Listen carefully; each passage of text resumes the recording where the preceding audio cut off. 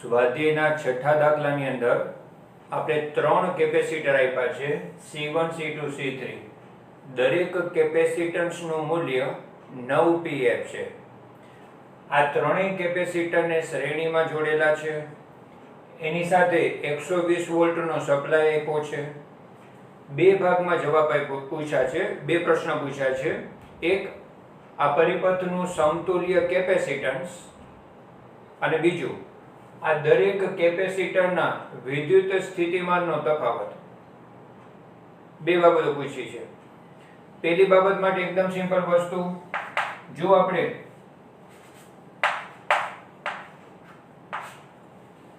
ત્રણ કેપેસિટરનું સમતુલ્ય કેપેસિટન્સ લેવું છે તો શ્રેણી જોડાણ માટે આવી રીતનું પરિણામ.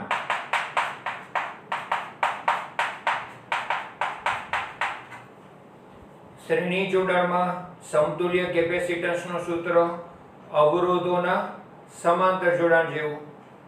તો જુઓ, ત્રણ કેપેસિટર C1 C2 અને C3 શ્રેણીમાં હશે તો સમતુલ્ય કેપેસિટન્સ C માટેનું સૂત્ર આવું. દરેક કેપેસિટન્સ 9 pF આપ્યો છે તો 1/C બરાબર 1/9 પ્લસ 1/9 પ્લસ 1/9. હવે આ એકને એક પદ 3 વખત છે એટલે 3/9 થશે. તો આવી રીતે સમતુલ્ય કેપેસિટન્સ માટે 1/C બરાબર 3/9 અને એમાં વ્યસ્ત લેશું એટલે C બરાબર C બરાબર 1/C બરાબર 3/9 એટલે કે 1/3, પણ વ્યસ્ત લેશું એટલે 3 pF જવાબ આવશે. આટલી સિમ્પલ પ્રોસીજર શ્રેણી જોડાણનું સમતુલ્ય કેપેસિટન્સ મેળવવા માટે. હવે તમને અહીંના દરેકના વિદ્યુત સ્થિતિમાનનો તફાવત પૂછ્યો છે. ધારો કે વિદ્યુત સ્થિતિનો તફાવત V1, V2 અને V3 બોલીએ તો ધ્યાન રાખજો, આ જગ્યાએ શ્રેણી જોડાણમાં V1 V2 V3 બરાબર લાગુ પાડેલા કુલ વોલ્ટેજ, ત્રણેય વોલ્ટેજનો સરવાળો એટલે લાગુ પાડેલા કુલ વોલ્ટેજ.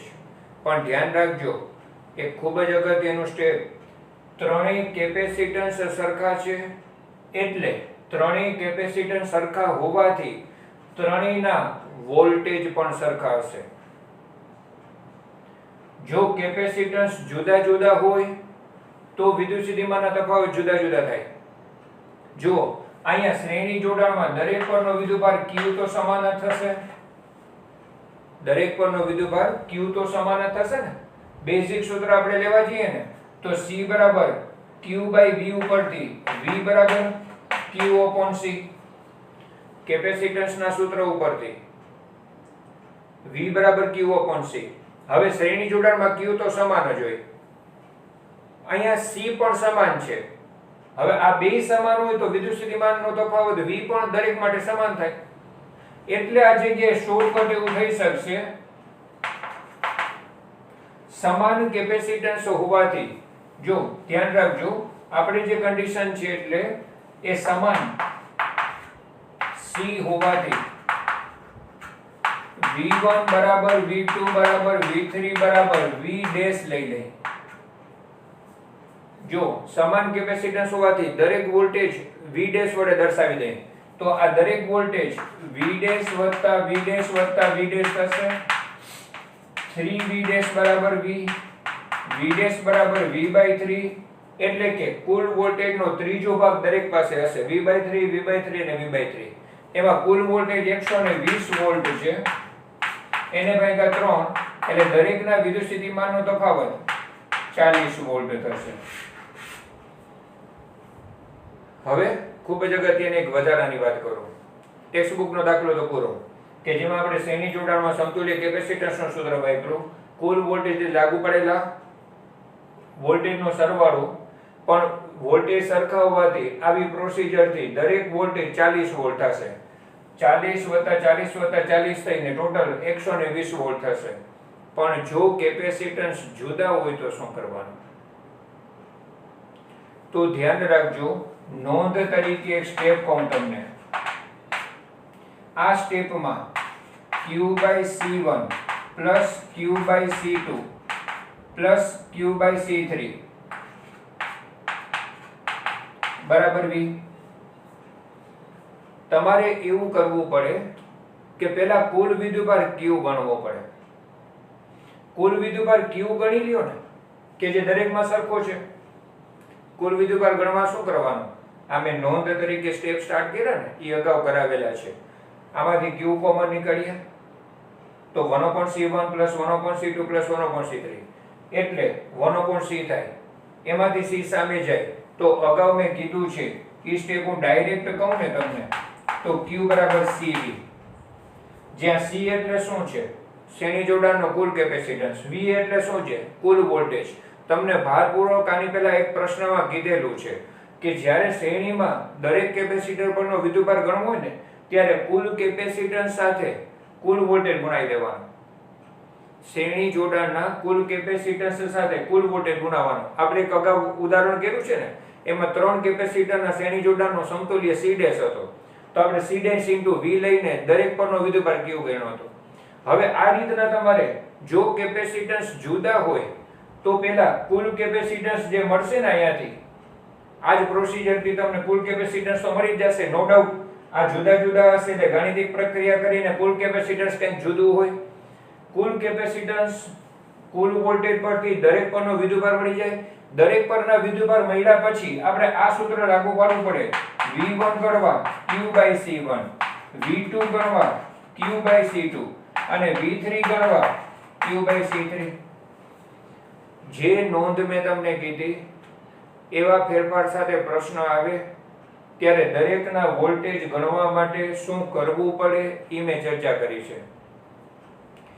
હજુ એક વખત શોર્ટમાં કહી દઉં તો આની જેમ આપણે દરેકના વોલ્ટેજ સરખા ન થાય ત્યારે તમારે દરેક પરનો વિદ્યુતભાર ગણી લેવાનો અને એનો ઉપયોગ કરી અને દરેકના વિદ્યુત સ્થિતિમાનનો તફાવત ગણવાનો.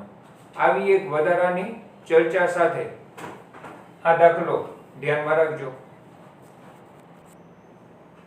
7મા દાખલાની અંદર 3 કેપેસિટરનું સમાંતર જોડાણ લેવાનું છે.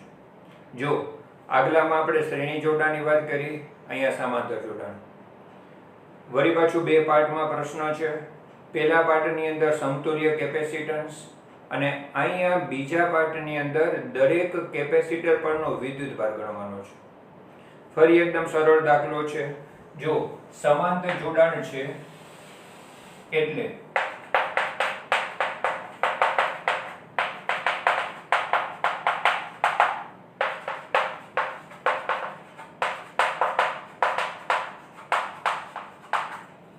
સમાંતર જોડાણમાં સમતુલ્ય કેપેસિટન્સ માટે C બરાબર C1 + C2 + C3 ત્રણેય કેપેસિટન્સનો સીધો સરવાળો અને એના માટે C1 C2 અને C3 જે આપ્યા છે એ રીતના કુલ કેપેસિટન્સ 9pf થશે.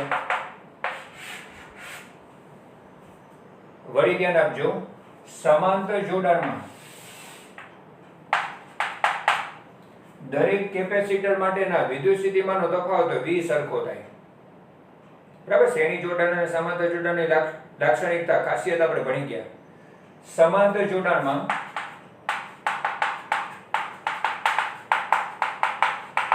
દરેક કેપેસિટર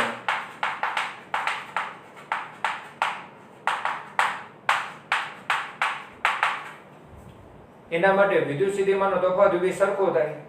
હવે દરેક પરનો વિદ્યુતભાર પૂછ્યો છે તો Q1 બરાબર C1V, જ્યાં કેપેસિટન્સ C1 2pf છે એટલે 2 × 10 ઉપર ઓછા 12 અને વોલ્ટેજ 100 વોલ્ટ આપ્યા છે એટલે જવાબ આવશે 2 × 10 ઉપર ઓછા 10 કુલમ. સિમ્પલ. Q બરાબર CV.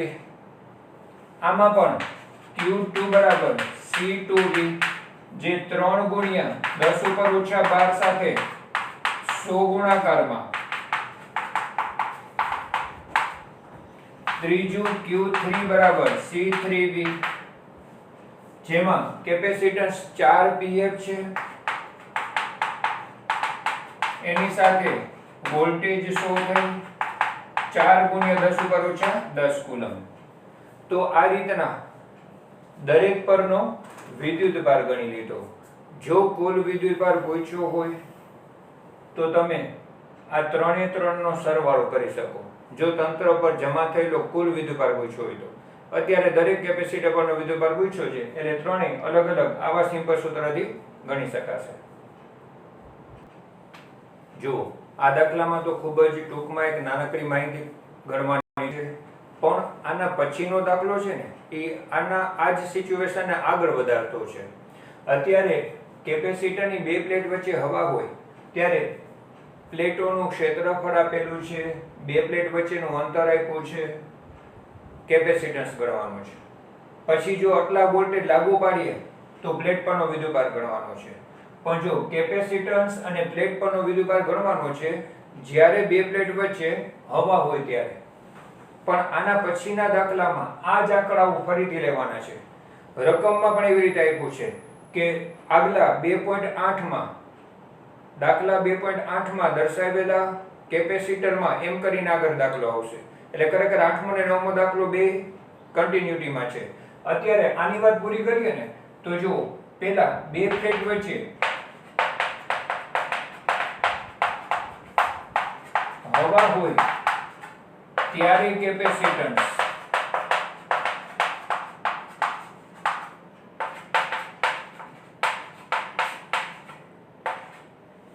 જો ત્યારના કેપેસિટન્સને C નોટ દર્શાવીએ. બે પ્લેટ વચ્ચે હવા હોય ને ત્યારના કેપેસિટન્સને C નોટ. સિમ્પલ સૂત્ર એપ્સિલોન નોટ A/D માં કિંમત મૂકવાની છે. તો જો એપ્સિલોન નોટ 8.85 × 10⁻12 ક્ષેત્રફળ A છે એ 6 ગુણ્યા 10 ઉપર ઓછા 3 છેદમાં બે પ્લેટ વચ્ચેનું અંતર 3 મિલીમીટર. પણ એને મીટરમાં ફેરવીને આ જગ્યાએ ગણતરી કરતા તમને કેપેસિટન્સ C નોટ જે મળશે એનો જવાબ આવશે 17.7 ગુણ્યા 10 ઉપર ઓછા 12. આવો જવાબ આવશે.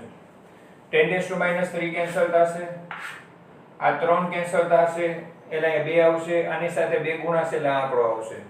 હજી આપણે જે બીજી વસ્તુ પૂછી છે કેપેસિટન્સ સિવાય દરેક પ્લેટ પર વિદ્યુતભાર. જો આ કેપેસિટન્સનો જ ઉપયોગ કરી અને વિદ્યુતભાર મળશે. સિમ્પલ સૂત્ર Q = CV. પણ આ જગ્યાએ નોટ સંજ્ઞાઓ વાપરશો. શેના માટે? બે પ્લેટ વચ્ચે હવા હોય ને એના માટે બધે નોટ સંજ્ઞાઓ વાપરી છે. કારણ કે હમણાંના પછીના પ્રશ્નમાં આપણે બે પ્લેટ વચ્ચે ડાઇલેક્ટ્રિક માધ્યમ દાખલ કરશું.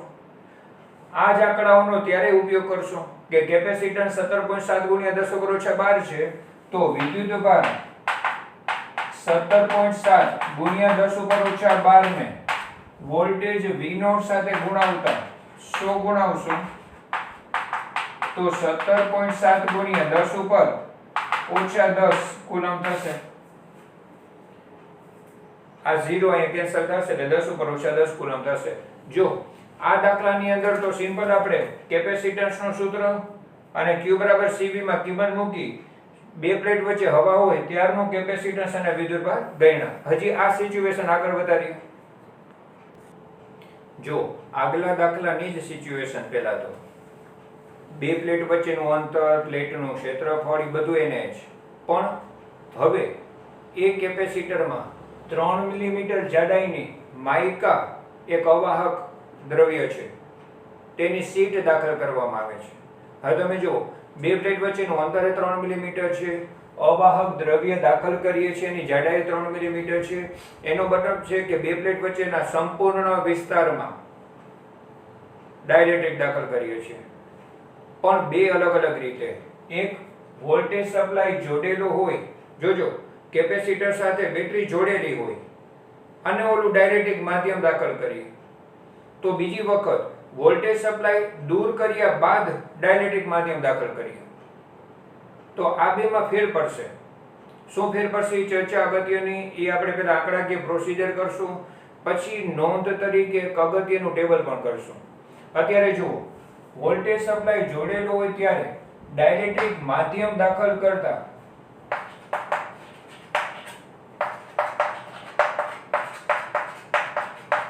જો વોલ્ટેજ સપ્લાય જોડેલો હોય અને માધ્યમ દાખલ કરીએ તો પેલી વસ્તુ ધ્યાન આપજો, કેપેસિટન્સ,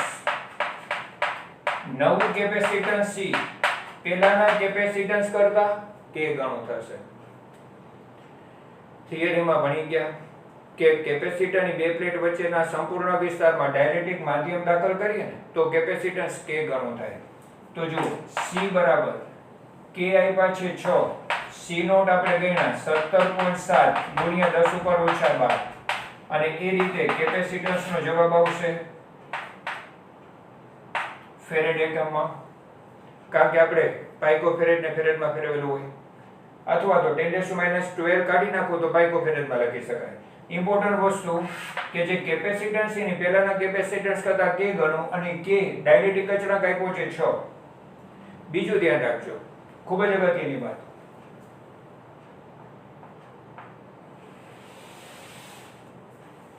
વોલ્ટેજ સપ્લાય જોડેલો હોય અને તમે ડાઇલેક્ટ્રિક માધ્યમ દાખલ કરો તો બે પ્લેટો સાથે ઓલી બેટરી તો જોડેલી જ છે, તો વિદ્યુત સ્થિતિમાનનો તફાવત V0 તો ફેર પડશે નહીં, કારણ કે બેટરીના વોલ્ટેજ 100 વોલ્ટ છે, કેપેસિટરની બે પ્લેટોને 100 વોલ્ટ મળેલા છે. હવે તમે ડાઇલેક્ટ્રિક માધ્યમ દાખલ કરશો તો ઓલા વોલ્ટેજ જે મળે છે બે પ્લેટોને એમાં તો ફેર પડશે નહીં. તો ખૂબ જ અગત્યની વસ્તુ કે આ જગ્યાએ વોલ્ટેજ નવા V પેલાના વોલ્ટેજ જેટલા અચળ રહેશે, તો નવા વોલ્ટેજ પણ 100 વોલ્ટ જ રહેશે.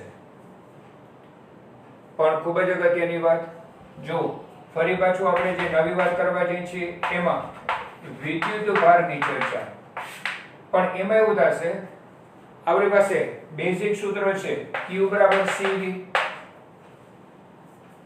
બેઝિક સૂત્ર Q બરાબર CV. હવે વોલ્ટેજ તો બદલાતા નથી, પહેલાના જેટલા જ રહે છે, વોલ્ટેજ પહેલાના જેટલા જ રહે છે, પણ કેપેસિટન્સ k ગણો થાય છે તો વિદ્યુતભારે k ગણો થાય ને. આ સૂત્ર પ્રમાણે બે પ્લેટ સાથે બેટરી જોડેલી રાખેલી છે, વોલ્ટેજ સપ્લાય જોડેલો રાખેલ છે અને માધ્યમ દાખલ કરીએ છીએ, તો પ્લેટ પરના વોલ્ટેજ તો માધ્યમ દાખલ કરવાથી નહીં બદલાય, કારણ કે તો બેટરી દ્વારા મળે છે અને એ 100 વોલ્ટ એટલા ને એટલા રહેશે. તો વિદ્યુતભાર શું થઈ જશે? k ગણો. શું કામ? કારણ કે કેપેસિટન્સ k ગણો થાય તો વિદ્યુતભાર k ગણો થશે. q બરાબર k q નોટ થશે, જ્યાં k એટલે 6 અને q નોટ આપણે ગણ્યા 17.7 ગુણ્યા 10 ઉપર ઓછા 10 કુલમ, એ રીતે જવાબ આવશે. તો અગત્યની વસ્તુ શું બની કે વોલ્ટેજ સપ્લાય જોડેલો હશે ને ત્યારે કેપેસિટન્સ k ગણો, વોલ્ટેજ એટલા ને એટલા રહેશે અને વિદ્યુતભાર k ગણો થશે. પણ આના સેકન્ડ પાર્ટની અંદર જો વોલ્ટેજ સપ્લાય દૂર કર્યા બાદ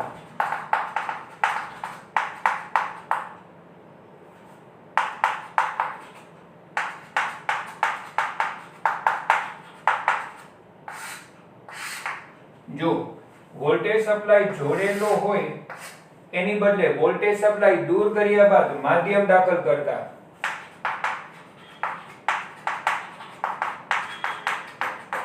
તો ધ્યાન રાખજો, વોલ્ટેજ સપ્લાય જોડેલો હોય કે દૂર કરેલો હોય, માધ્યમ દાખલ કરતા સમગ્ર વિસ્તારમાં માધ્યમ દાખલ કરતા કેપેસિટન્સ તો k ગણું જ થશે.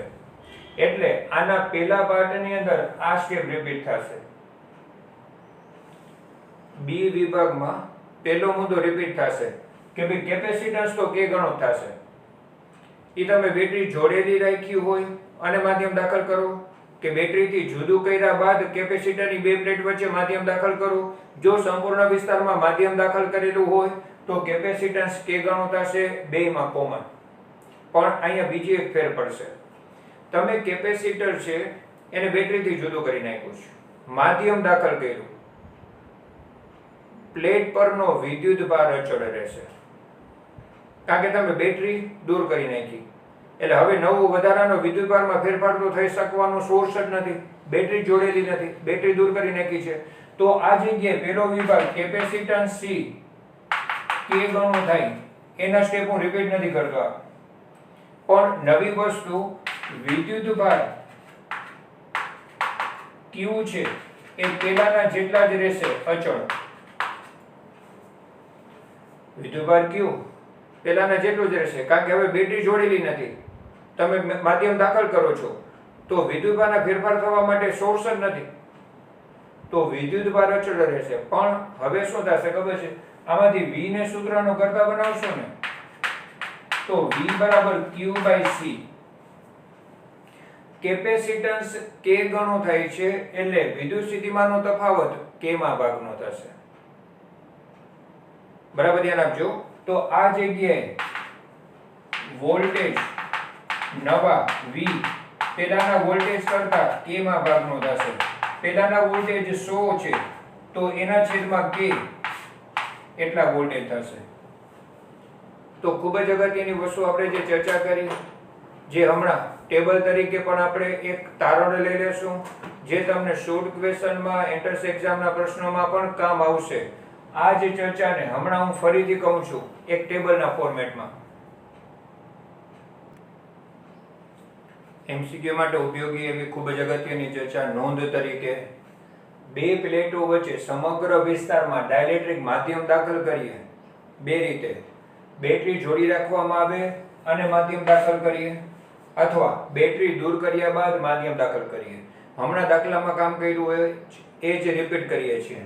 બંને વખતે કેપેસિટન્સ તો K ગણો થશે, પણ આ જગ્યાએ બેટરી જોડી રાખેલી હોય તો વોલ્ટેજ એટલા ને એટલા મળતા રહેશે, વોલ્ટેજ અચળ રહેશે, V બરાબર V0. જ્યારે બેટરી દૂર કરી નાખશો અને માધ્યમ દાખલ કરશો તો પ્લેટ પરનો વિદ્યુતભાર એટલો ને એટલો રહે, કારણ કે વિદ્યુતભાર બદલાવા માટે સોર્સ જોડી રાખેલો નથી. એટલે બેટરી દૂર કર્યા બાદ પ્લેટ પરનો વિદ્યુતભાર એટલો જ રહે માધ્યમ દાખલ કરવા છતાં. તો આમાં વોલ્ટેજ અચળ રહે, આ સિચ્યુએશનમાં વિદ્યુતભાર અચળ રહે.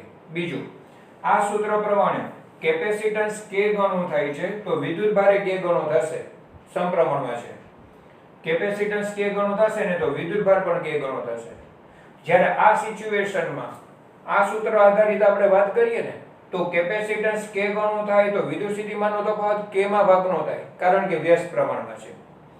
જે ચર્ચા આપણે દાખલામાં કરી એ જ છે, પણ એક નોંધ તરીકે શોર્ટ ક્વેશ્ચનમાં કામ આવે એવી ચર્ચા. બરાબર. પછી 10મો દાખલો એકદમ સામાન્ય સૂત્રમાં કિંમત મૂકવાની વાત. કેપેસિટન્સ 12pF, વોલ્ટેજ 50 વોલ્ટ હોય તો કેપેસિટરમાં સંગ્રહિત ઊર્જા ગણો. જો કેપેસિટરમાં સંગ્રહિત ઊર્જા 1/2 CV² માં કિંમત મૂકવાની છે. એમાં કેપેસિટન્સ છે ને એ pF માંથી F માં ફેરવવાનું 10⁻12 ગુણાવીને, અને વોલ્ટેજ મૂકીને ગણતરી કરવાની. અત્યારે 1/2 CV² વાપર્યું કારણ કે C અને V આપ્યા છે. બાકી તમને ખબર છે 3 સૂત્ર બોલી દઉં. Q²/2C, બીજું 1/2 CV² અને ત્રીજું 1/2 QV. આ ત્રણમાંથી શેનો ઉપયોગ કરવો એ આપેલી માહિતી પ્રમાણે. બરાબર. આ પણ શોર્ટ ક્વેશ્ચનમાં ઉપયોગી થાય એવું જ સામાન્ય નાનકડો દાખલો છે. અગાઉ આવેલું ઉદાહરણ આંકડાકીય ફેરફાર સાથે રિપીટ થાય છે. જુઓ, એક કેપેસિટર 600 pF છે, તેની સાથે 200 વોલ્ટનો સપ્લાય જોડતા પ્રારંભમાં ઊર્જા કેટલી હશે? તો પ્રારંભિક ઊર્જા ગણવા માટે UI બરાબર 1/2 CV². ઇનિશિયલ માટે I સંજ્ઞા વાપરી છે, C અને V આપ્યા છે એટલે આ સૂત્રનો ઉપયોગ કર્યો. તો UI બરાબર 1/2 C ની જગ્યાએ 600 pF એટલે 10⁻12 અને વોલ્ટેજ 200 છે પણ એનો વર્ગ લેવાનો થશે. તો આમાં UI નો જે જવાબ આવે છે, પ્રારંભિક ઊર્જાનો જે જવાબ આવે છે એ 12 × 10 ઉપર ઓછા 6. જો આની ગણતરી કરતા આ જવાબ આવશે, આ પ્રારંભિક ઊર્જા. પણ હવે આ કેપેસિટરને બેટરી સાથેનું જોડાણ દૂર કર્યા બાદ બીજા તેના જેવા જ વિદ્યુતભાર રહિત કેપેસિટર સાથે જોડવામાં આવે છે. તો જો પ્રારંભમાં આના પરના વિદ્યુતભારો +Q અને -Q છે, એક જ કેપેસિટર છે, ત્યારે આના પરનો વિદ્યુતભાર ધારો કે Q જેટલો જમા થયેલો છે, તો પ્રારંભમાં ઊર્જા જો હું Q અને C ના સંદર્ભમાં લઉં ને તો UI બરાબર Q²/2C. પ્રારંભમાં એક જ કેપેસિટર છે, પણ જ્યારે બીજું કેપેસિટર તેના જેવું જ જોડવામાં આવે છે ત્યારે આ બીજું સમાન કેપેસિટર છે, એટલે કુલ વિદ્યુતભાર Q બેયમાં અડધો અડધો વહેંચાઈ જશે, એટલે વિદ્યુતભાર Q/2 અને Q/2 જમા થશે. તો કુલ વિદ્યુતભાર Q છે ને એ બેમાં Q/2 વહેંચાઈ જાય છે. અને હવે પહેલા આપણે કુલ ઊર્જા ગણશું, પછી ગુમાવાતી ઊર્જા. મેં તમને ટેક્સ્ટબુક ના ઉદાહરણમાં છેલ્લે મૌખિક કીધેલું કે ભાઈ આમાં ગુમાવાતી ઊર્જા પણ ગણવામાં આવશે. જો આ પ્રારંભિક ઊર્જા કે જ્યારે એક જ કેપેસિટર પર Q વિદ્યુતભાર છે એનું કેપેસિટન્સ C છે ત્યારે Q²/2C, પણ બીજું સમાન કેપેસિટર જે પાછું વિદ્યુતભાર રહિત છે એ જોડતા કુલ ઊર્જા આપણે લખવા જઈએ ને, જેને ફાઇનલ UF કહીએ, તો એ બંનેની ઊર્જાનો સરવાળો થશે. બંનેની ઊર્જા તરીકે આપણે લખી શકશું Q/2 square 2C, Q/2 whole square upon 2C. Steps totally repeat થાય છે. Q²/2C માં Q ની જગ્યાએ Q/2 લીધા છે. આના 1/4 આગળ આવશે, આના 1/4 આગળ થશે, એટલે Q²/2C એટલે પહેલાનું ઊર્જા UI થશે. તો ફરી પાછા હું સ્ટેપ ત્યાં રિપીટ કરું તો 1/2 ના વર્ગ તરીકે 1/4 સાથે બ્રેકેટમાં Q²/2C. બીજા પદમાં પણ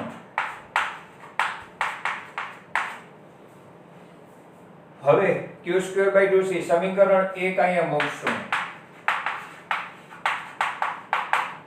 તો UF બરાબર UI/4 પ્લસ UI/4, એટલે કે UF બરાબર UI/2. UI છે 12 × 10⁻⁶, એને ભાગ્યા 2 થઈને UF બરાબર 6 × 10⁻⁶ જૂલ થશે. હવે જો પ્રારંભિક ઊર્જા આટલી છે, બીજું કેપેસિટર જોડતા ઊર્જા આટલી થાય છે, ઘટી ગઈ, કારણ કે બીજું કેપેસિટર જોડતા આ વિદ્યુતભારની વહેંચણી થાય છે, એમાં ઊર્જાનો વ્યય થાય. તો આ જગ્યાએ ઊર્જામાં ઘટાડો અથવા તો વિકિરણ કહીએ તો UI - UF લેવાશે. UI - UF એટલે 12 - 6 આવશે, અને એ પ્રમાણે 6 × 10⁻⁶ જૂલ જવાબ આવશે. જો આવા પ્રકારનો એકદમ સિમ્પલ દાખલો, ખાલી અગાઉ જે કામ કર્યું હતું ને એમાં માત્ર છેલ્લું એક જ સ્ટેપ વધ્યું, પ્રારંભિક ઊર્જા ઓછા અંતિમ ઊર્જા. આ રીતે ઊર્જામાં થતો ઘટાડો, ઊર્જાનું વિખેરણ પણ ગણવાનું આવી શકે.